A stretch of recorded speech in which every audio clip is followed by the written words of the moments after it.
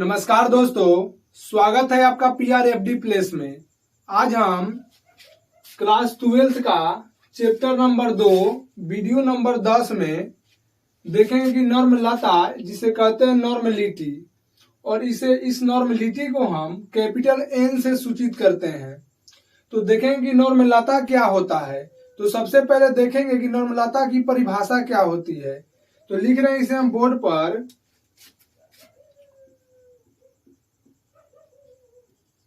नॉर्मलता जिसे कहते हैं हम नॉर्मलिटी, देखिए इसका परिभाषा होता है कि एक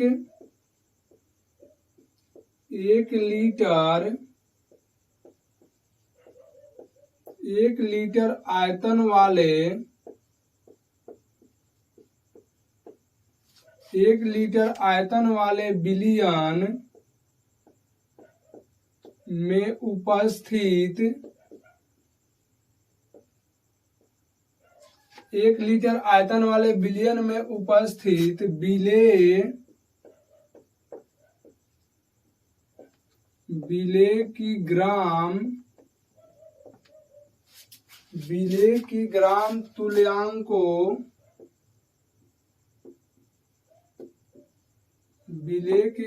तुल्यांकों की संख्या को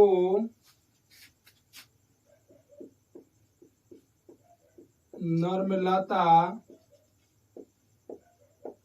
कहते हैं। कि इसे सूचित करते हैं कैपिटल N से। तो लिखेंगे कि इसे कैपिटल N से सूचित करते हैं।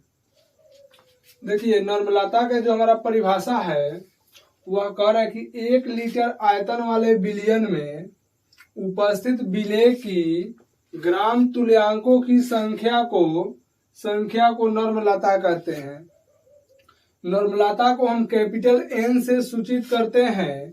अगर आपको नॉर्मलता से संबंधित अगर न्यूमेरिकल प्रश्न दे रहा है तो उसको हल करने के लिए हमारा नॉर्मलता का सूत्र क्या होगा उसे हम बोर्ड पर लिख रहे हैं। यानी कि नॉर्मलता बराबर हमारा होगा बिले की ग्राम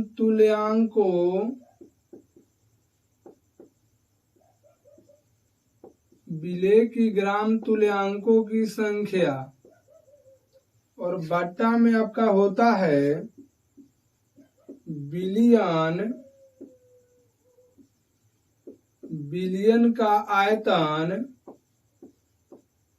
बिलियन का जो आयतन आपका होगा वह लीटर में होगा। यानी कि नॉर्मलता का आपका जो फार्मूला हुआ बिले की ग्राम तुल्यांकों की संख्या और बाटा में आपका बिलियन का आयतन, यानी कि नॉर्मलता बराबर आपको फार्मूला यहाँ पे प्राप्त हो गया कि हमारा नॉर्मलता बराबर बिले की ग्राम तुल्यांकों की संख्या बाटा में आपका बिलियन का आयतन। अगर आपसे पूछ दिया कि नॉर्मलता का मात्रक क्या होगा तो लिखेंगे यहाँ पर कि नॉर्मलता का मात्रक बराबर हमारा होगा, कह रहे कि बिले की ग्राम तुल्यांकों की संख्या, यानी कि यहाँ पे ग्राम दे रहा है और यहाँ पे तुल्यांकों की संख्या। तो आप जानते हैं यहाँ पे कि ग्राम दे रहा है या यहाँ पे द्रव्यमान देता, तो यहाँ पे अगर यहाँ पे देता तो अगर द्रव्यमान देता तो केजी लिखते हैं। यहाँ पे दे रहा है आपका ग्राम कहिए या द्रव्यमान कहिए, इसका मात्रक केजी होगा। नहीं तो इसको अगर छोटा में लिखना चाहते हैं तो ग्राम भी लिख सकते हैं। यानी कि इतना को तो बिले का ग्राम का जो मात्रक आपका होगा ग्राम होगा, और तुल्यांकों की संख्या यानी जो तुल्यांकों की संख्या होता है वो हमारा ई होता है, ई यानी कि ग्राम इक्विवेलेंट लिख सकते हैं, कि ई क्यू लिख लेंगे। और उसके बाद कह रहे कि बिलियन का आयतन, तो जानते हैं कह रहे बिलियन का आयतन जो होगा लीटर में, यानी कि इसका जो होगा प्रति लीटर होगा, यानी कि नॉर्मलता का जो आपका मात्रक हो गया वह हो जाएगा कि ग्राम इक्विवेलेंट पर लीटर, ग्राम इक्विवेलेंट पर लीटर, यानी कि देखिए नॉर्मलता का आपका मात्रक हो गया ग्राम इक्विवेलेंट पर लीटर। अगर नॉर्मलता यानी कि देखिए कह रहा है कि विलेय की ग्राम तुल्यांकों की संख्या, यानी देखिए आपका फॉर्मूला होता है ग्राम तुल्यांक बराबर आपका होता है फॉर्मूला विलेय का भार अब बट्टा में आपका होता है तुल्यांकी भार, तो लिख लेंगे तुल्यांकी भार। देखिए अगर नॉर्मलता को एक लाइन और आगा बढ़ाना चाहते हैं तो इसको देखिए लिखेंगे, इसको लिखेंगे कि नॉर्मलता है तो लिखेंगे नॉर्मलता बराबर देखिए ग्राम तुल्यांक, यानी ग्राम तुल्यांक के बराबर हम लिख सकते हैं विलेय का भार अब बट्टा में जो आपका है तुल्यांकी भार। यानी कि देखिए विलेय का भार कह रहा है, यहाँ पे विलेय के लिए ग्राम तुल्यांक है तो यहाँ पे विलेय का भार होगा, तो विलेय का तुल्यांकी भार भी होगा। तो यहाँ पे आप लिख सकते हैं कि विलेय, यहाँ पे लिख लेंगे कि विलेय का तुल्यांकी भार। अगर इसे नहीं भी लिखते हैं तो उससे कोई आपको समस्या नहीं होगा। हम इसको थोड़ा आसान करने के लिए यहाँ पे विलेय लिखे हैं। अगर देखिए यहाँ पे ग्राम तुल्यांक है तो ग्राम तुल्यांक बराबर लिख सकते हैं कि विलेय का भार और बाटा में आपका होगा, कह रहा है कि विलेय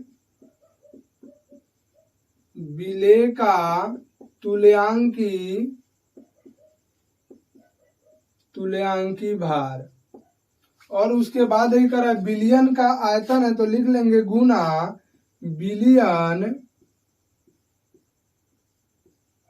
बिलियन का आयतन। अगर देखिए इस फॉर्मूला को आप संकेत के रूप में लिखना चाहते हैं तो इसे लिखेंगे, नॉर्मलता को आप जानते हैं कि हम एन से सूचित कर रहे हैं, यहाँ पर कैपिटल एन से, तो यहाँ पे लिखेंगे एन बराबर है तो बराबर देंगे। आप जानते हैं यहाँ पर कि विलेय को हम सूचित करते हैं बी से, और यहाँ पे जो भार होगा इसको सूचित करते हैं हम डब्ल्यू से। देखिए हम आपको बता चुके हैं, यहाँ पर लिख दे रहे हैं, यहाँ पे लिख दे रहे हैं आपको कि जो हमारा विलेय होता है, विलेय लगभग हम हर वीडियो में आपको बताए हैं कि विलेय को बी से सूचित करेंगे और विलायक जो हमारा होगा उसे हम ए से सूचित करते हैं, और जो हमारा आयतन होता है आयतन उसे हम भी से सूचित करते हैं, और जो हमारा बिलियन होगा उसे हम टी से सूचित करते हैं। अगर आपको द्रव्यमान मिल गया या आपको भार मिल रहा है उसको हम सूचित करते हैं, या द्रव्यमान या भार को इसको डब्ल्यू से सूचित करते हैं। यानी कि देखिए कर विलेय का भार यानी कुल मिलाकर डब्ल्यू बी लिखेंगे तो लिखेंगे यहाँ पे डब्ल्यू बी, और बाटा में आपका कह रहा है कि विलेय का तुल्यांकी भार, यानी तुल्यांकी भार को ई से सूचित करते हैं और विलेय को यहाँ पे बी से, यानी कि इतना बराबर लिख सकते हैं आप ई बी। आप ध्यान रखिए कि तुल्यांकी भार को ई से सूचित करते हैं और विलेय को बी से, यानी टोटल को लिखेंगे ई बी।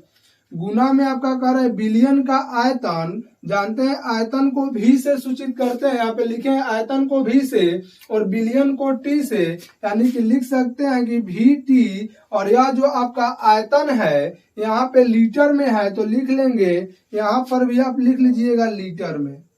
यानी कि एक और नॉर्मलता का आपके पास मिल गया फॉर्मूला। अगर एक लाइन और आगा बढ़ाना चाहते हैं तो नॉर्मलता के लिए एक लाइन और यहाँ पे हम आगा बढ़ा रहे हैं, तो देखिएगा आपका एन है तो फिर लिखेंगे एन और बराबर तो बराबर, करे डब्ल्यू बी है तो लिख लेंगे यहाँ पर डब्ल्यू बी, और बाटा में आपका ईबी है तो ईबी लिख लीजिए। कह रहा देखिए यहाँ पे भी है तो लिखेंगे यहाँ पर भी, और टी तो टी। यहाँ पे आपका लीटर में है, अगर यहाँ पे एमएल में करेंगे तो आप जानते हैं कि 1000 से ऊपर गुना करा देते हैं, यानी कि नॉर्मलता बराबर एक और आपको मिल गया। यहाँ पर एक और फार्मूला नॉर्मलता का मिल गया, यानी कि देखिए नॉर्मलता का आपके पास फार्मूला हुआ कि डब्ल्यू बी बाटा में ई बी और गुना में 1000, और यहाँ पे दिया हुआ आपका VT यानी बिलियन का आयतन जो होगा आपका ml में होगा तो ml में लिख लेंगे। अब देखिए अगर इसके आप इतना को स्क्रीनशॉट लीजिए और इस पर जो आधारित प्रश्न है उसको हम लिख रहे हैं। आप इतना को स्क्रीनशॉट लीजिएगा, ले लिए आप स्क्रीनशॉट, तो मिटा रहे हैं इसे हम।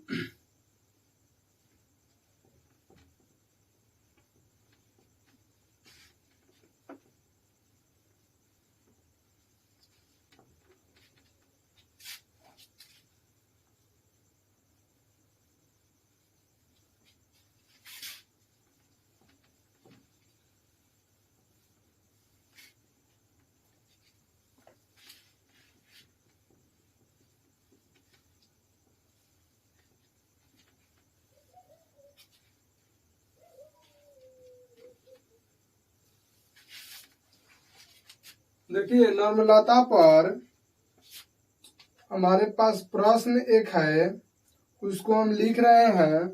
देखिएगा आप लोग, कह रहा है यहाँ पर कि 98 ग्राम H2SO4 को जल में घोलकर 500 ml का विलयन बनाया जाता है। 500 ml का विलयन बनाया 500 ml का विलयन बनाया जाता है तो विलयन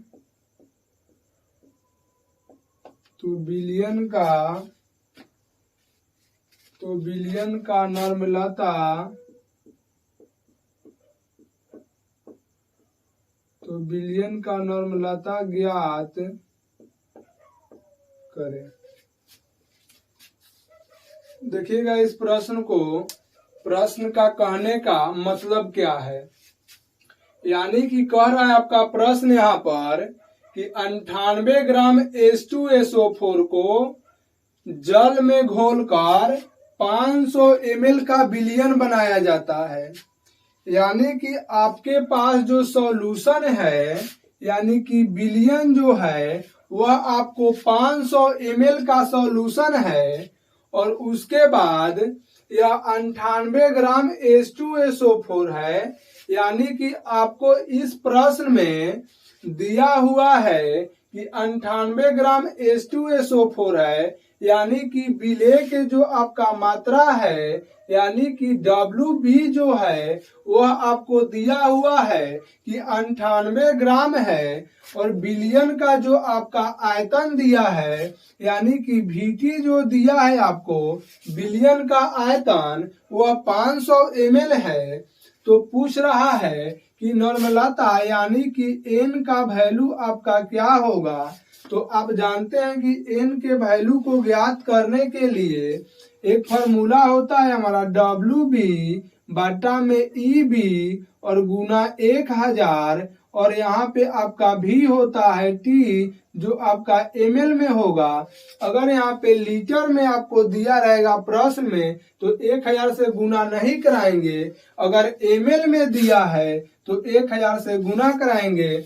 तो देखिए इस प्रश्न में हमको दिया क्या है उसको लिख रहे हैं, यानी कि इस प्रश्न में आपको दिया हुआ है कि विलेय H2SO4 का जो द्रव्यमान है, H2SO4 का द्रव्यमान यानी कि WB जो आपको दिया है वो है 98 ग्राम। और इसके बाद इसमें बिलियन का आयतन जो आपके पास है, बिलियन का आयतन यानी कि VT जो आपका दिया हुआ है 500 ml, तो 500 ml लिख लेंगे। उसके बाद देखिए इसमें यहाँ पे दे रहा है आपका EB का मतलब होता है तुल्यांकी भार, यानी कि विलेय का तुल्यांकी भार।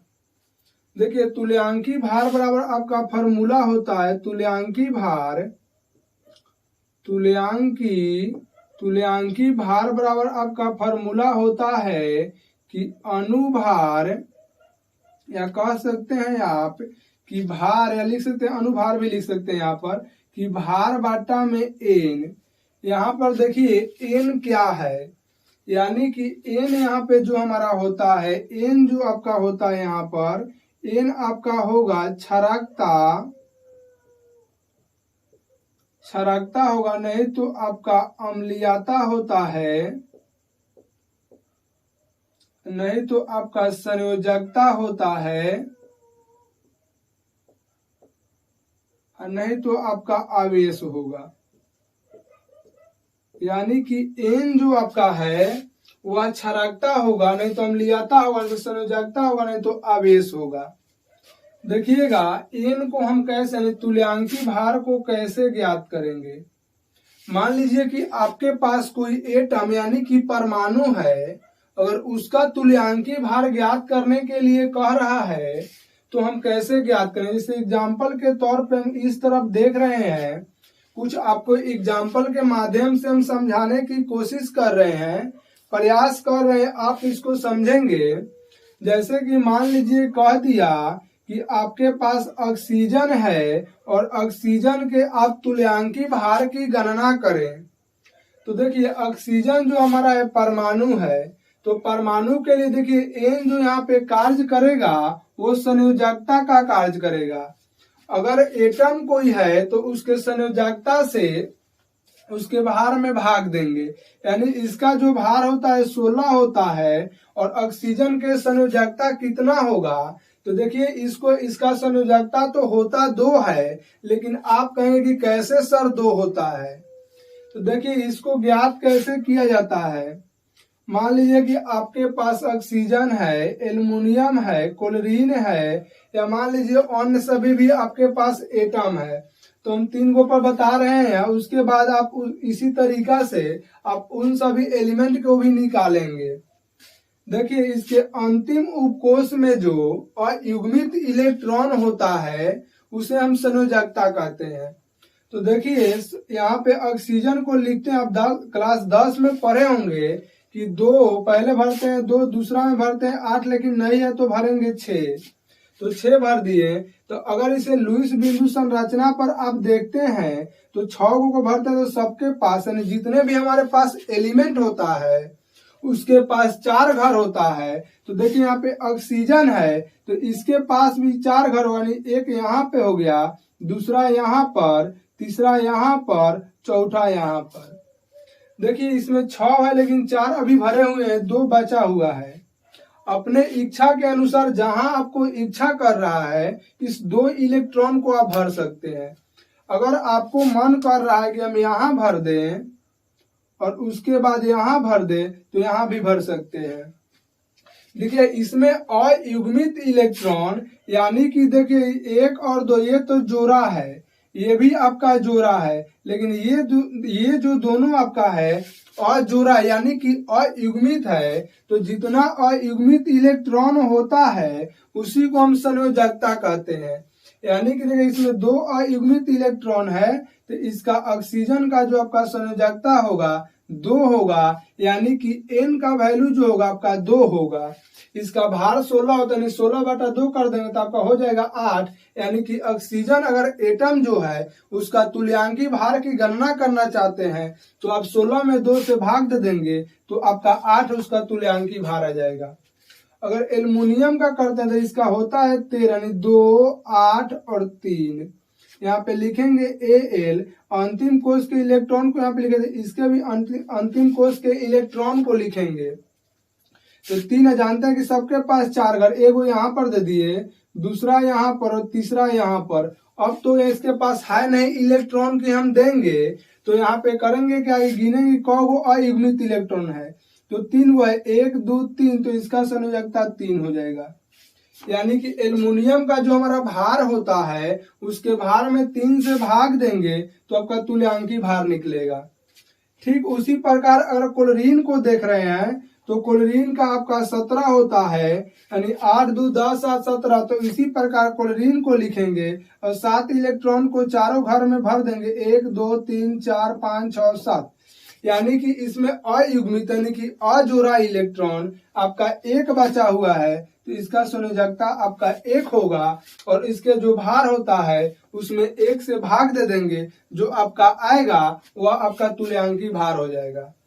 देखिए यह तो हमारा एटम के लिए था, लेकिन अगर आपको यहाँ पे देखिए दिया हुआ है H2SO4 यानी कि अम्ल है। अगर H2SO4 यहाँ पे दे दिया, इसको ऐसे कर लीजिएगा। अगर H2SO4 आपको मान लीजिए कि अम्ल कोई दिया है, तो अम्ल अगर मान लीजिए दिया हुआ है H2SO4 हमारा अम्ल है, तो अम्ल का यहाँ पे क्षारकता को लिखा जाता है कि क्षारकता इसका कितना है। देखिए तो ये जो हमारा है H2SO4 या 2H+ आयन को दान करता है, जिससे हमारा इसका क्षारकता जो होगा, यानी कि इसको अगर तोड़ना चाहते हैं तो 2H+ उसके बाद SO4-2, यानी कि इसका क्षारकता आपका 2 हो जाएगा। यानी कि देखिए इसका N का वैल्यू आपका 2 हो जाएगा।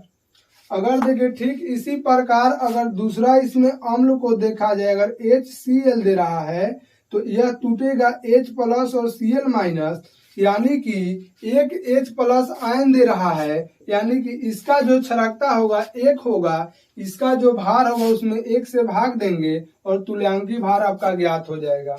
अगर आपके पास अम्ल है तो ऐसे करेंगे। अगर मान लीजिए यहाँ पे तीसरा, यहाँ पे 1 नंबर तो हमारा ये हो गया, 2 नंबर ये, अगर 3 नंबर मान लीजिए कि कोई आपको क्षार यानी कि मान लीजिए कि NOH दिया हुआ है, तो NOH का लिखाएगा आपका अम्लीयता, यानी अम्लीयता यानी कि OH बॉन्ड की संख्या। यहाँ पे देखिए NaOH, अगर इसको तोड़ रहे हैं आप तो Na+ और OH- में टूटेगा, यानी कि OH जो आपका है 1 निकल रहा है, यानी कि इसका अम्लीयता 1 होगा, यानी कि जितना इसका भार होगा उसमें 1 से भाग देंगे और जो हमारा प्राप्त होता है उसी को हम कहते हैं कि तुल्यांकी भार है। तो अब आपको तो समझ में आ गया होगा। एक और है, उसको भी हम दे रहे हैं एग्जाम्पल के तौर पे। इसे मान लीजिए कि आपको NaCl दिया हुआ है। देखिए आपको क्षारकता के हम एग्जाम्पल दे दिए, अम्लीयता का दे दिए, संयोजकता के आवेश को नहीं दिए थे। अगर इसको तोड़ रहे हैं तो Na+ और Cl- में टूटेगा, यानी कि एक आवेश यहाँ पे टूट रहा है तो इसका जो आवेश होगा 1 होगा। अब इसके भी भार में हम 1 से भाग दे देंगे और जितना हमारा आएगा भाग देने से वो हमारा तुल्यांकी भार प्राप्त हो जाएगा। तो देखिएगा अब बोर्ड पर अगर H2SO4 का तुल्यांकी भार देखा जाए तो लिखेंगे कि H2SO4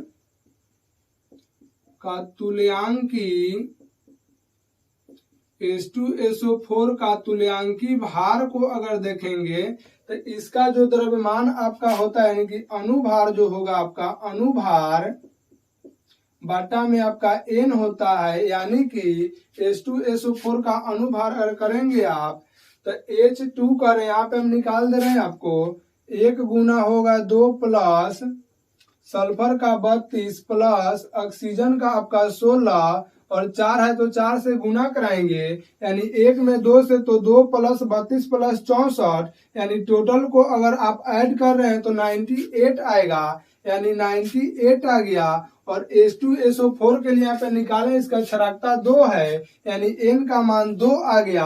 अगर इसको डिवाइड करेंगे तो आपका 49 होगा, यानी कि 49 होगा। अब यहाँ पे हम निकाल रहे हैं, कह रहा है कि नॉर्मलता, यानी कि जानते हैं कि N यानी नॉर्मलता बराबर फॉर्मूला होता है WB बटा में EB, यानी कि देखिए आपका तुल्यांकी भार मिल गया यहाँ पर बराबर, यानी तुल्यांकी भार का मान मिल गया गुना 1000, और आपका जो दिया हुआ है बिलियन जो है आपका 500 है तो 500 लिख लेंगे। 2 शून्य से 2 शून्य कैंसिल होगा, सॉरी पहले यहाँ पे मान क्या करेंगे पुट कर लेंगे, यानी कि WB का वैल्यू दिया हुआ है आपका 98 और EB का वैल्यू जो आपका है 49 है।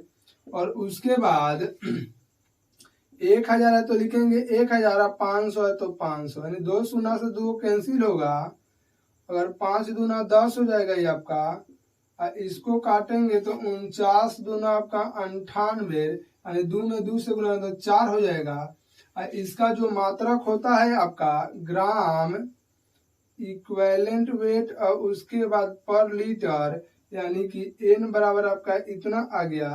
अब इतना को आप स्क्रीनशॉट लीजिएगा और आज का जो हमारा वीडियो है यहीं पे समाप्त होगा। अगर आपको इस वीडियो में कहीं भी दिक्कत हो रहा है तो कमेंट बॉक्स में जरूर अपना कमेंट को लिखें कि हमको यहाँ पे समस्या हो रहा है, तो फिर हम उस बात को यानी कि उस टॉपिक पे चर्चा करेंगे। देखिए ये जो हमारा बात है यहाँ पे हम समझ सकते हैं कि आपको कठिनाई थोड़ी सी होती होगी, लेकिन देखिए इस कठिनाई को अगर आप अच्छे तरह से हल करना चाहते हैं, समझना चाहते हैं, तो इस पर आप जाकर घर पे क्वेश्चन करेंगे तो आपको किसी प्रकार की कठिनाई नहीं होगा। नहीं तो जो हमारा बेसिक का वीडियो है उसको आप देखेंगे। तो आज का क्लास हमारा यहीं पे समाप्त होता है।